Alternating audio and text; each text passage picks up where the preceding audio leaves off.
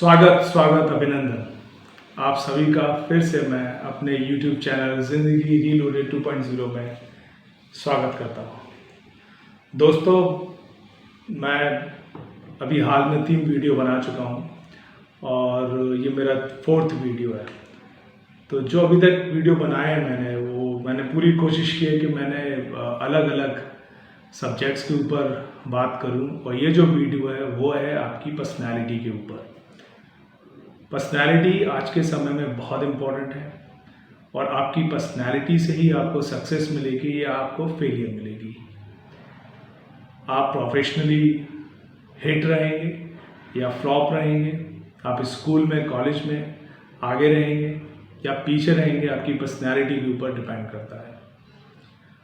तो मैं आपको कुछ ऐसे 5 पॉइंट्स बोलने वाला हूँ या बताने वाला हूँ जो आपको आपकी पर्सनैलिटी को हमेशा दूसरों से आगे रखेंगे और आपको पूरे लाइफ में, पूरे जीवन में वो आपको बेनिफिट करेंगे। तो चलिए शुरू करते हैं। फर्स्ट पॉइंट, जो पहला बिंदु है, जो पहली बात है, वो है आपकी स्माइल। जी हाँ, आपकी मुस्कान। आपको हमेशा अपने चेहरे पर एक स्माइल रखनी है, लाइक दिस। ये स्माइल फ्री में आती है, आपके चेहरे का हिस्सा है और आपसे कुछ नहीं मांगती। बदले में ये स्माइल कई लोगों को जीत सकती है। स्माइल इतनी इम्पोर्टेंट क्यों है? एक्चुअली नेगेटिव और पॉजिटिव हमारी पर्सनैलिटी के 2 हिस्से होते हैं। एक होता है पॉजिटिव, एक होता है नेगेटिव। स्माइल पॉजिटिविटी का एक पार्ट है। आप चेहरे पर स्माइल रखेंगे, इससे पता चलता है कि आप एक अच्छे इंसान हैं, आप एक पॉजिटिव इंसान हैं। लोग आपसे मिलना पसंद करेंगे, लोग आपसे बात करना पसंद करेंगे और आप सबसे जुड़ सकते हैं।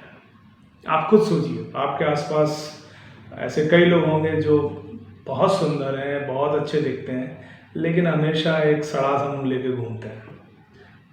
आई एम सॉरी मैं ये शब्द यूज़ कर रहा हूँ, लेकिन ये सच्चाई है। तो उनके चेहरे पे कभी स्माइल नहीं आती, कोई भी बात करेंगे तो बड़ा एक बेरुखी उनके चेहरे पर होती है। उनसे बात करने में मज़ा नहीं आता, उनके साथ बैठने में भी मज़ा नहीं आता। तो और एक तरफ दूसरा चेहरा जो हमेशा स्माइल देता है, हमेशा खुश रहता है और जिसके साथ लगता है यार कि थोड़ा और वक्त गुजारा जाए। क्यों? क्योंकि वो पॉजिटिव है, वो ये बता रहा है कि वो फुल ऑफ एनर्जी है और आपकी एनर्जी जो आपके अंदर है वो आपके चेहरे से दिखती है। इसीलिए स्माइल जरूरी होती है। चाहे आप जॉब करें या बिजनेस करें, आपको कई बार अपनी प्रोफेशनल लाइफ में कई लोगों से मिलना पड़ता है। और जैसे एक बिजनेसमैन होता है, जब अपने कस्टमर से मिलता है, तो मैंने कई बिजनेसमैन देखे हैं, जब आप उनके दुकान पर जाएंगे कुछ सामान लेने के लिए या किसी भी कुछ पूछने के लिए, तो वो इस तरीके से व्यवहार करते हैं कि जैसे वो उस चीज़ को भुगत रहे हैं। बिजनेस में भुगता नहीं जाता है, बिजनेस में अपने ग्राहक को जीता जाता है और सबसे पहली शुरुआत होती है आपकी स्माइल से। हमेशा अपने चेहरे पर स्माइल रखें। सामने वाले को लगना चाहिए कि आप एक बहुत पॉजिटिव इंसान हैं और इसकी शुरुआत आपकी मुस्कान से होती है, राइट? दूसरा पॉइंट है जो बहुत इम्पोर्टेंट है और हमारे संस्कारों का हिस्सा है, हमारे कल्चर का हिस्सा है, वो है रिस्पेक्ट एवरीवन। सबकी रिस्पेक्ट करनी चाहिए। समस्या ये है कि सब रिस्पेक्ट चाहते तो हैं, सब ये सोचते हैं कि लोग उनकी रिस्पेक्ट करें, लोग उनको आके पूछें, लोग उनसे हाय हेलो करें, लोग उनसे हैंडशेक करें, वो किसी से ना करें। कैसे संभव है? अच्छी पर्सनैलिटी के लिए आपको खुद आगे बढ़ना चाहिए। अच्छी पर्सनैलिटी के लिए आप खुद लोगों से पहले ही हाय हेलो करें, राइट? हमेशा सबकी रिस्पेक्ट करें। रिस्पेक्ट पैसा और पद देख के नहीं आनी चाहिए। रिस्पेक्ट लोग पैसा और पद देख के रिस्पेक्ट करते हैं। आज आपके पास पैसा है, आज आपके पास पद है, कोई गारंटी है कल है? एक समय आएगा जब आप रिटायर हो जाएंगे, फिर लक्ष्मी बहुत चंचल होती है, बहुत चंचल होती है। आज है, कल आपके साथ नहीं है। और उदाहरण देखिए, आज जितने कई शहरों में आप देखते हैं महल खड़े हुए हैं पुराने राजाओं के द्वारा बनाए हुए, आज उनका क्या हाल है। एक समय होता था जब परिंदा भी पर नहीं मार सकता था, और आज देखिए क्या हालत उनकी हो रखी है। तो ये सारी चीज़ें देखिए हमारी ऑब्जर्वेशन का हिस्सा है, इनको ऑब्जर्व करिए। इससे पता चलता है कि कभी भी किसी भी इंसान से, चाहे वो किसी भी पोस्ट पे हो, चाहे उसके पास कितना पैसा हो, उसको देख कर रिस्पेक्ट नहीं होती है। रिस्पेक्ट हमेशा इंसानियत के ऊपर होनी चाहिए, इंसान के ऊपर होनी चाहिए, चाहे वो इंसान कैसा भी हो। सबको बराबर से रिस्पेक्ट करना हमारी पर्सनालिटी का हिस्सा होना चाहिए, और आगे बढ़ के, इंतज़ार करके नहीं, आगे बढ़ के, राइट। तो रिस्पेक्ट एवरीवन। थर्ड पॉइंट, ये पॉइंट एक्चुअली हम लोग बचपन से सुनते हैं, पैसा हाथ का मैल है। बहुत लोग बोलते हैं पैसा हाथ का मैल है, हमें पैसे से इतना मोह नहीं है, खर्चा चल जाए बस। यार सुन सुन के मैं पक गया हूँ, राइट। और मुझे आप बताइए, क्या पैसा इम्पोर्टेंट नहीं है? Importance of money and give importance to money. पैसे को महत्व दीजिए, पैसा बहुत ज़रूरी चीज़ है। आप देखेंगे सुबह से लेकर शाम तक बिना पैसे के कुछ भी नहीं होता। हम लोग पैसा कमाते हैं, उनमें से कई लोग पैसा सेव नहीं करते हैं। फिर एक समय ऐसा आता है कि जब वो पैसे की प्रॉब्लम होती है, पैसे को कभी महत्व नहीं देते हैं। पैसा, किसी ने कहा है ना कि पैसा खुदा तो नहीं, पर कसम खुदा की खुदा से कम भी नहीं। अगर आपकी जेब में 500 रुपये पड़े हैं और आपको कोई भी खाना खिलाने वाला नहीं है, आपके घर में या आपके रिश्तेदारों में कहीं भी, आप वो 500 रुपये से किसी रेस्टोरेंट में, किसी होटल में जाके खाना खा सकते हैं। ये ताकत है पैसे की। आपके कपड़े पैसे से आते हैं, आपकी गाड़ी पैसे से आती है, आपका टूथपेस्ट वो पैसे से आता है, आपकी टीवी पैसे से आती है, आपका खाना पैसे से आता है। कुछ भी ले लीजिए, छोटे से छोटा, बड़े से बड़ा, सब कुछ पैसे से आता है। तो इसकी इम्पोर्टेंस को नकारना क्यों? हाँ, ये है कि money is a bad master but is a good servant. पैसा अगर आपके दिमाग में चढ़ जाए तो फिर वो आपका विनाश ला सकता है, लेकिन यही अगर आप पैसा आपके पीछे भागे तो आपको कहाँ से कहाँ पहुँचा सकता है। तो पैसे की इम्पोर्टेंस को नकारना नहीं है, ये नहीं कहना है कि भाई पैसा इम्पोर्टेंट नहीं है। पैसा बहुत इम्पोर्टेंट है, राइट। और ये आपकी पर्सनैलिटी का एक हिस्सा होना चाहिए। आपको अपने पैसे की वैल्यू करना चाहिए। मैं पैसा कैसे कमाऊँ, पैसे की ग्रोथ कैसे हो, इन सब के बारे में आपको पता होना चाहिए। और मैं तो चारों तरफ देखता हूँ तो मुझे तो कोई भी ऐसी चीज़ नज़र नहीं आती जहाँ वो बिना पैसे के चल रहा है। कई बार मैंने पढ़ा भी है कि लोग बाग अपने बच्चों को पैसे के लिए बेच देते हैं। फिर पैसे का महत्व क्यों नहीं है, राइट। तो ये दिमाग में रखिए, लेकिन उसको दिमाग में नहीं चढ़ने, दिमाग में रखिए लेकिन चढ़ने मत दीजिए। अगर आप चढ़ाएंगे दिमाग में तो आप लोगों से कट जाएंगे, आपकी जो सरलता है वो ख़त्म हो जाएगी, आपका जो प्यार है लोगों के लिए वो ख़त्म हो जाएगा। आप कभी नेचुरल नहीं रह पाएंगे, आप कभी सरल नहीं रह पाएंगे। जबकि हमारा जीवन सरल होना चाहिए, हमारा जीवन लोगों से मिलने जुलने वाला होना चाहिए, उनकी रिस्पेक्ट करने वाला होना चाहिए। लेकिन आपने दिमाग में चढ़ा रखा है, आपको ये लगा है कि अगर मेरे पास पैसा है या बहुत ज़्यादा पैसा है या सबसे ज़्यादा पैसा है तो मैं भगवान हूँ। भगवान के पास तो पैसा नहीं होता। आप जैसे मैं साईं बाबा का उदाहरण लूँ, जाने कितने फॉलोअर्स हैं साईं बाबा के, करोड़ों फॉलोअर्स हैं, लेकिन साईं बाबा तो फ़कीर थे, उनके पास तो पैसा नहीं था,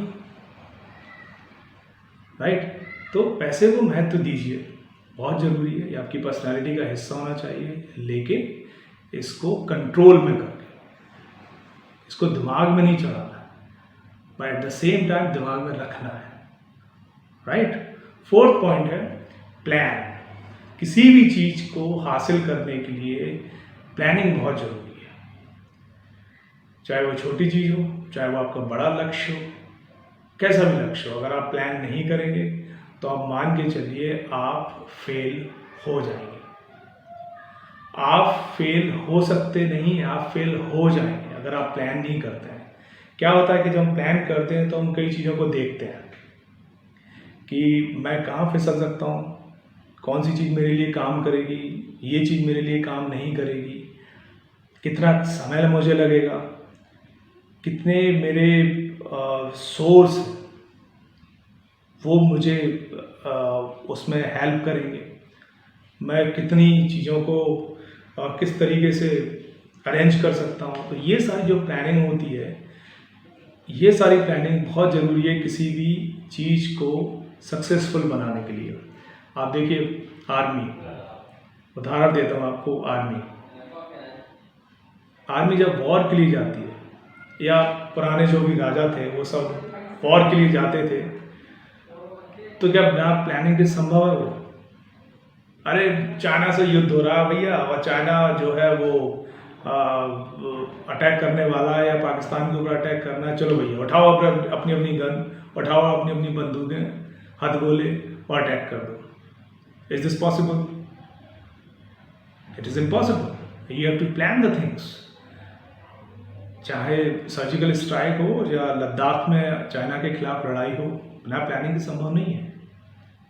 तो कोई भी चीज़, कोई भी लाइफ में कहीं से भी उठा के देख लीजिए। एक मैं कंपनी का आपको एग्जांपल देता हूँ। कोई भी कंपनी, जैसे सपोज पार्ले जी है, बिस्किट बनाती है या पानी बनाती है, या फिर आपका हिंदुस्तान यूनिलीवर है जो सोप बनाते हैं, ये सब रिसर्च का हिस्सा है। पहले रिसर्च करते हैं, पूरी प्लानिंग करते हैं कि मुझे ये प्रोडक्ट लॉन्च करना है, मेरी ऑडियंस, मेरा कस्टमर कौन है, मुझे कहाँ पे इसको लॉन्च करना है, कौन इसको खरीदेगा, कितने पैसे का मुझे इसकी कॉस्टिंग रखनी है। ये सारी चीज़ें वो डिसाइड करते हैं, पूरी प्लानिंग करते हैं, तब जाके वो उसको लॉन्च करते हैं। बिना प्लानिंग के कुछ भी नहीं हो सकता। आप चाहे स्टूडेंट हो, चाहे बिजनेसमैन हो, चाहे इन्वेस्टर हो, कोई भी हो, आप प्लान आपको करना पड़ेगा। अनफॉर्चुनेटली हमारे यहाँ, हमारे स्कूल कॉलेजेस में ये चीज़ें नहीं सिखाई जाती हैं। हमारे यहाँ सिखाया जाता है कि आपको ये याद करना है, ये क्वेश्चंस हैं, ये सब्जेक्ट है, ये पेपर में आएगा, ये पेपर में नहीं आएगा, आप पास हो जाएंगे, आपके 90% आएंगे, आपके 80% आएंगे, और आपके 90% आते हैं, 90% से ऊपर आते हैं तो आप बहुत इंटेलिजेंट हैं। आई एम रियली सॉरी, ये सही नहीं, और इट्स वेरी अनफॉर्चुनेट। ये बहुत अनफॉर्चुनेट भी है कि परसेंटेज से हम ये पता नहीं लगा सकते हैं कि सामने वाला इंटेलिजेंट है कि नहीं है।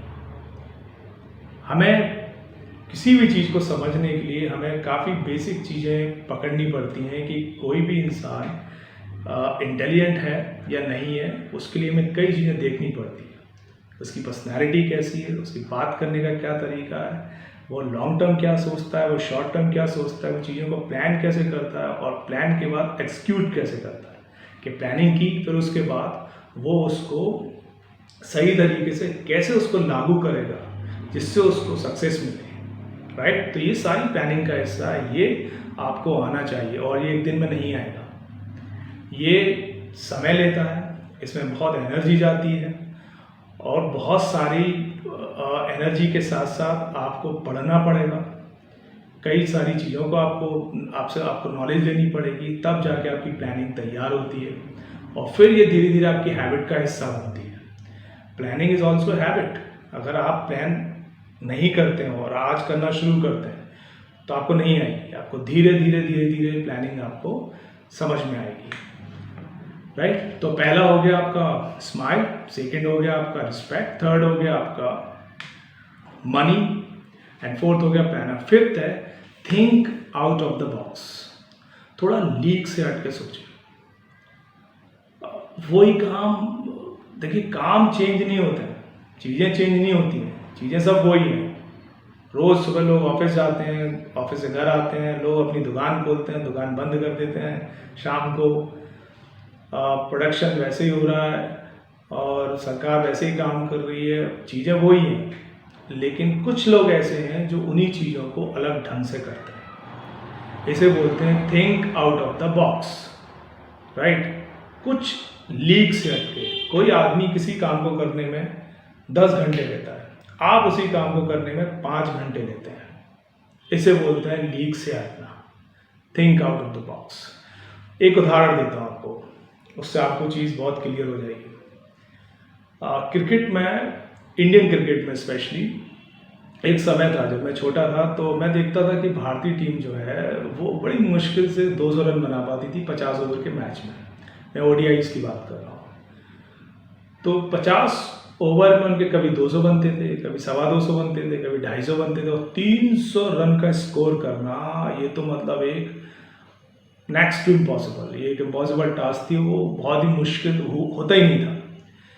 लेकिन फिर धीरे धीरे कुछ खिलाड़ी ऐसे हैं, देखिए गेम वही है, राइट, गेम वही है। 50 साल पहले भी खेला जा रहा था, तब भी खेला जा रहा था, आज भी खेला जा रहा है, लेकिन कुछ लोगों की सोच से वो गेम ही चेंज हो गया। कुछ खिलाड़ी भारत में ऐसे आए और जिन्होंने पूरे गेम को चेंज कर दिया, जैसे धोनी, राइट। आप एक एक करके भी रन ले सकते हैं, सिंगल सिंगल, और आप एक बॉल पे 6 रन भी ले सकते हैं। पूरा गेम ही चेंज हो गया। उन्होंने थोड़ा सा हटके सोचा, उन्होंने सोचा कि यार एक रन जैसे हम ले रहे हैं, अगर उसी बॉल पर, एक बॉल पर अगर मैं 6 रन ले सकता हूँ तो हमारा स्कोर कितना बढ़ सकता है। और इसी सोच के साथ बाद में भारत ने 300 रन क्रॉस करना शुरू किया। और अब तो हालत ये है कि अब तो ज़्यादातर जो खिलाड़ी हैं वो इसी सोच से खेलते हैं। और अब मिनिमम स्कोर जो मोस्ट ऑफ द टाइम 100 में से अगर 95 बार भारत का जो स्कोर होता है वो 300 से ऊपर ही होता है। तो ये सोच हमें रखनी पड़ेगी, इसी सोच से काम चलेगा। Hard working is very important, but smart working is also equally important. कठिन मेहनत बहुत ज़रूरी है, बिना मेहनत के, बिना कठिन मेहनत के कुछ भी संभव नहीं है। लेकिन केवल मेहनत से ही आपको सफलता मिलेगी, इसमें थोड़ा सा डाउट है। तो कैसे मिलेगी? हमें स्मार्ट बनना पड़ेगा। कठिन मेहनत plus smart work. Smart work का मतलब ये नहीं है कि आप चोरी चपाटी करें, आप बेईमानी करें।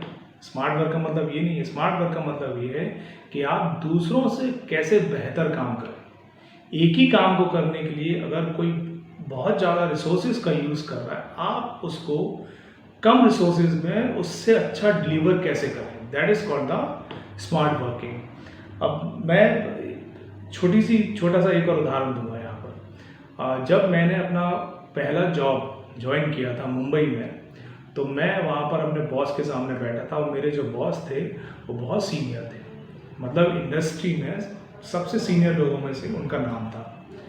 तो उन्होंने, हम जो सारे नए लोग थे जो आए थे वहाँ पर ज्वाइनिंग के लिए, तो उनकी हमसे मीटिंग हुई। तो उनकी मीटिंग में वो हम लोगों के सामने बैठे हुए थे और हम लोगों से बातें कर रहे थे। तो उन्होंने एक बात, बहुत अच्छी बात बोली जो मुझे आज भी याद है, और वो कहीं ना कहीं मेरे लिए एक स्टोन की तरह बन गया। उसने एक नींव के पत्थर की तरह काम किया। और वो बात क्या थी? वो बात ये थी, उन्होंने कहा कि देखिए, अच्छा इंसान होना बहुत ज़रूरी है, राइट। आप अच्छे इंसान ना रहें ऐसा नहीं हो सकता। आपको अच्छा इंसान बने रहना है, आपको you have to be good human being. लेकिन अच्छे इंसान से ही आपको केवल रोटी नहीं मिलेगी, अच्छे इंसान से ही आप बहुत आगे ग्रो नहीं कर सकते। तो जब हमने ये सुना तो लगा कि आप ये क्या बोल रहे हैं, तो क्या बेईमानी करें? उनने कहा कि आप अच्छे इंसान तो हैं ही और रहिए, अच्छे इंसान बने रहना बहुत ज़रूरी है। आप अच्छे इंसान रहें, लेकिन उसके साथ साथ आपको स्मार्ट काम करना पड़ेगा। आप तभी टिक सकते हैं जॉब में या बिजनेस में या किसी भी फील्ड में। आप तभी टिक सकते हैं या आप तभी अपना नाम कमा सकते हैं जब आप स्मार्टली कोई काम करें। आपको, you have to think out of the box. तो उनका ये कहना था और वो बात मेरे दिमाग में छप गई। राइट, तो आपको कोई भी काम करें, आपको थोड़ा सा हटके लीक से हटके सोचना पड़ेगा। लोग वही काम कर रहे हैं, वैसे ही कर रहे हैं, तो फिर आप में उनमें डिफरेंस क्या है? थोड़ा सा डिफरेंस रखना पड़ेगा और यही डिफरेंस आपको आगे लेके जाएगा। तो मैं उम्मीद करता हूँ कि आपको ये जो मेरे 5 मंत्र हैं, ये 5 पॉइंट्स हैं, ये आसानी से समझ में आए होंगे। और अगर आपको कोई भी कन्फ्यूज़न है या कोई भी क्लैरिफिकेशन चाहते हैं या कोई भी डाउट है, तो आप कमेंट्स में डाल दें, वहाँ ज़रूर लिखें और उसमें कमेंट्स सेक्शन में कि मुझे ये आपसे पूछना है। और इसी तरीके से वीडियो लाइक करते रहिए, इसको शेयर करते रहिए। Thank you very much. जय हिंद।